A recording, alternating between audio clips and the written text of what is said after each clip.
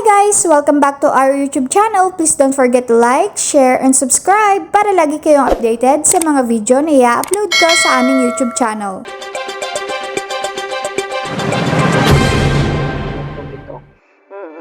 Siyempre, nakabase din po yan, dahil mga seniors na. So, dapat malaman din po, kung hanggang saan pa yung kanilang mga kakayahan, hindi po ba?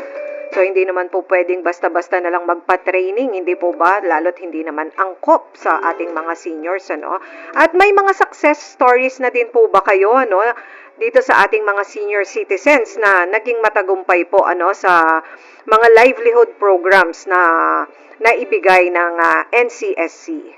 Opo. Sa kasalukuyan, ma'am, dahil sila po ay nagsisimula pa lamang, Tapos lang po namin ang aming pilot, ma'am. Kasama po yung pagdodocument ng mga success stories and good practices po by 2026.